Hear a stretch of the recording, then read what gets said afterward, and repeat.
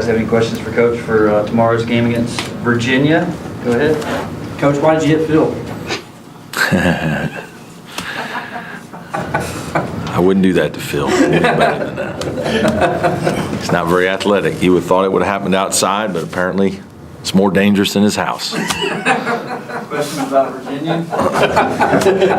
Now that you have that brutal stretch out of the way, how good is it to have 5 of these final 7 at home, especially, considering you have, ACC seeding to play for, Yep. possible postseason play for, all of that? Yeah. Well, it's good to be back. I think just the wear and tear of travel, can take some energy from your guys. It's been a long, I don't even know how many days it is, to be honest with you, how long we've been gone. But you just want to get back into routines, and sometimes when you're traveling, it's more difficult to do that.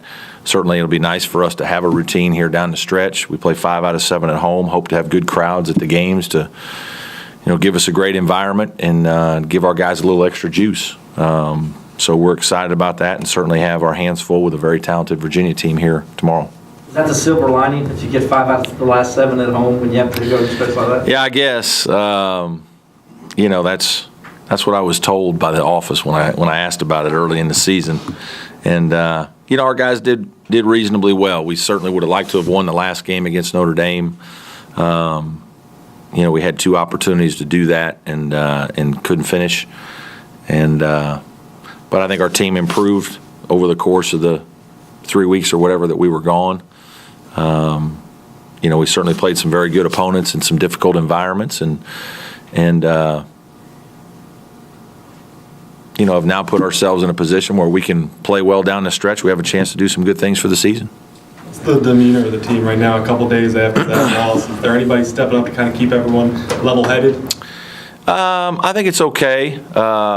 We're disappointed. Certainly we had opportunities to win, and guys knew that. But I think we're fine. We're battling a little sickness at times through the course of this right now. Some guys are up and down with some sickness, but other than that, I think our spirits are pretty good. I think it's just getting your energy back a little bit. It was a tough back-to-back game. Very emotional, especially, and that saps a lot of your energy when you're in games that are that emotional, and that your emotions go from highs to lows very quickly in those kinds of games, and I think that's the big part of our team, is trying to get our emotion back here for a quick turnaround. A noon start is kind of a first for a while, so we got to really get ourselves ready today, have a good practice, and then the game will be on you right when you wake up. I'm about Virginia defensively a little bit. Yeah, outstanding. Just first thing is, I think they have their team is big. Like, their players are big and strong at every position.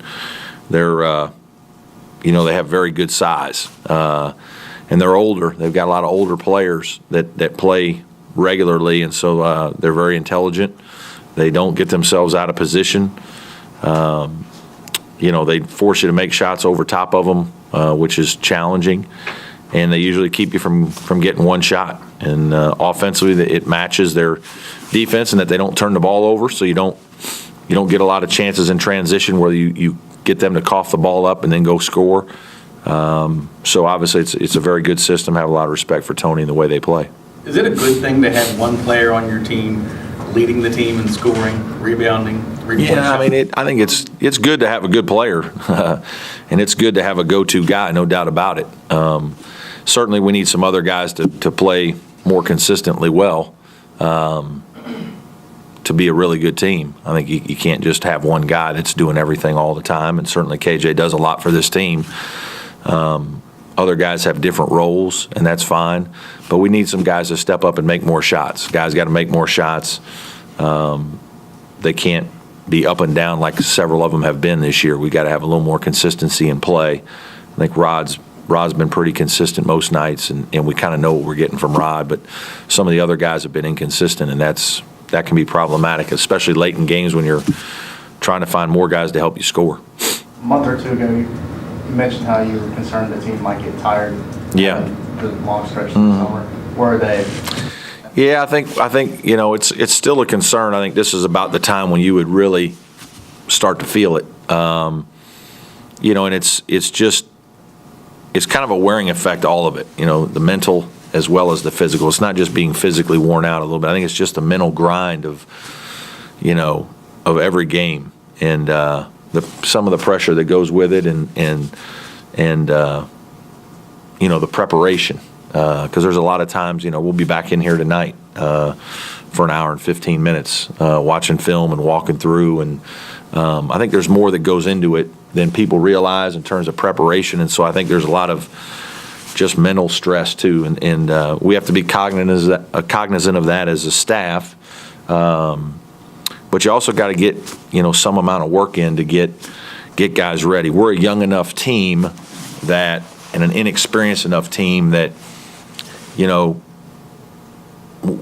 we still need to practice a lot. Like, we're not so seasoned and guys are so comfortable out there and good decision makers that we don't need to practice. I think as you get older and you have older teams, more experienced teams, you can back off a little bit more. And we're not practicing like we were earlier in the year.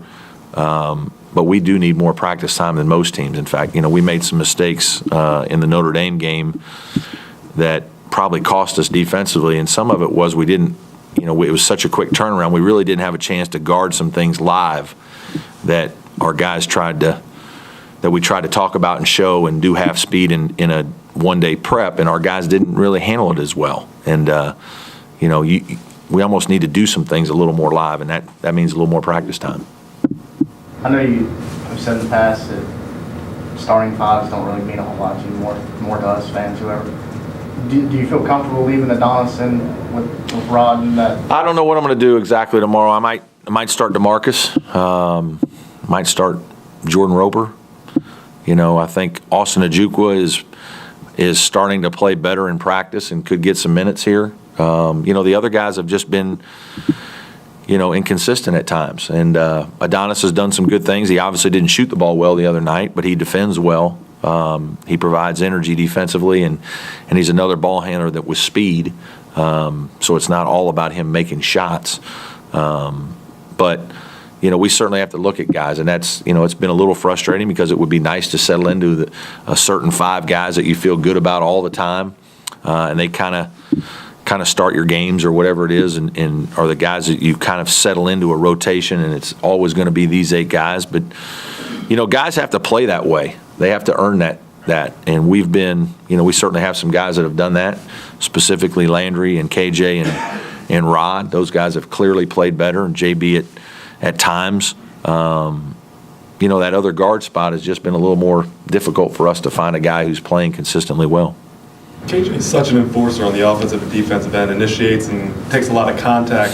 Are you worried about him wearing down? Yeah, well, we didn't practice here, Rod, at all in the day between Syracuse and Notre Dame. Everybody else practiced, and we didn't practice a long time. I think it was an hour and 15 minutes. But those guys just walked through a couple things and shot some free throws and did some light shooting.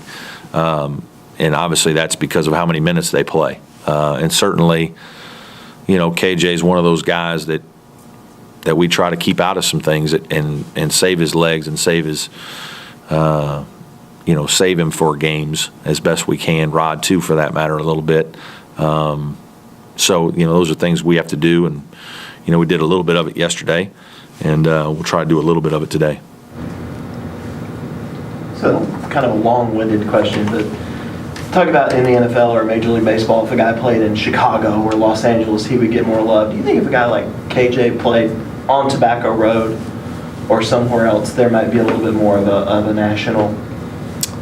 Certainly, I do think, just, one of the more high-profile programs right now, I think that would be the case. But then it's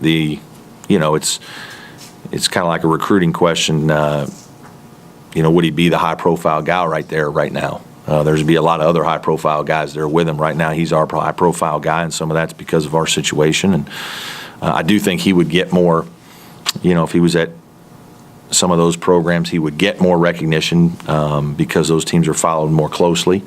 Having said that, I think people are starting to open up to KJ. He's playing consistently pretty well. He certainly has had 2 tremendous games in Florida State and Notre Dame games here recently.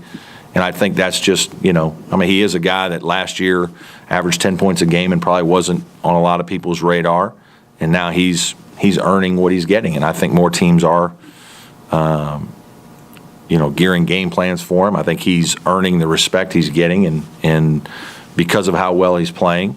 And, it helps if our team keeps winning.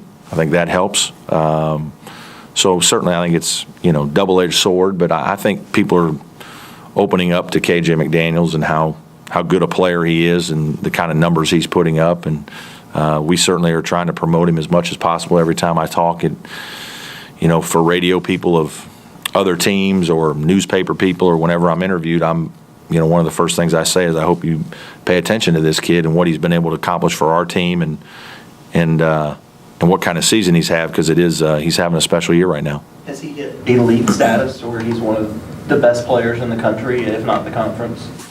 Yeah, he's pretty daggone close. Yeah, I mean he's production wise in terms of all the things he's doing, rebounding and scoring and blocking shots. Yeah, I think he is certainly one of those players. He's a guy that has produced big in a lot of games and has had some just tremendous numbers. I mean, 30 points and 14 rebounds and 5 blocks or 6 blocks or whatever he had.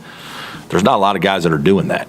I mean, 30 points and 14 rebounds, those are monstrous numbers. The numbers he had at Florida State were similar.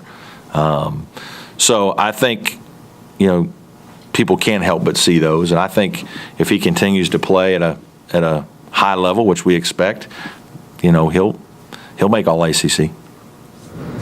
I know it's probably the last thing you want to be asked about or talk about, but KJ was asked about it. He was in here. His future, when it comes time to have that conversation and thinking about it, what will you, I guess, say to him and share with him about what he should or shouldn't do? Well, it's, that's a lot of, we'll compile information for him is what we'll do, is we'll get with the folks at the NBA and find out where he's projected and, certainly try to help him as best we can, he and his family, make the best decision possible. At the end of the day, we want to do something that's good for KJ. And, it's ultimately KJ's decision. And all we can really do is give him the information that'll help him make the best decision for himself. It's nice to have players that are good enough like that to be talked about. And certainly I'm proud of KJ for how hard he's worked to get to this point, because I think he's developed as much in 2 years as just about anybody. And, he's working really hard at it, and I'm glad to see that he's, going to be rewarded at some point for his hard work. Are you in the mindset such as the same thing Coach Sweeney takes in with the guy? He says if he's a first-round pick, I'm going to let him go. You under that? Yeah, I'm not going to let him go or keep him. It's not up to me. It's up to KJ. I just want him to be successful. I want him to be successful after. I want the decision to be such that wherever he goes, however it happens, that, a year or two after, that he's doing well and that he's happy and that he's happy that he made the decision that he made. Now, you can't always do that as a coach, but that's what you want for your players, is you want them to be better and you want them to be successful. And so whatever we can do to help him do that, we're going to do it. Do you worry about him getting misinformation and people? Yeah, they'll be. Yeah, that's. You can't control that, but certainly there's people that are going to have agendas that are going to,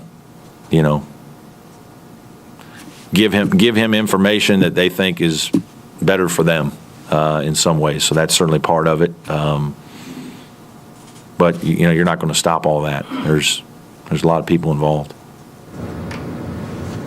Okay, thank you, Brett. Thank you.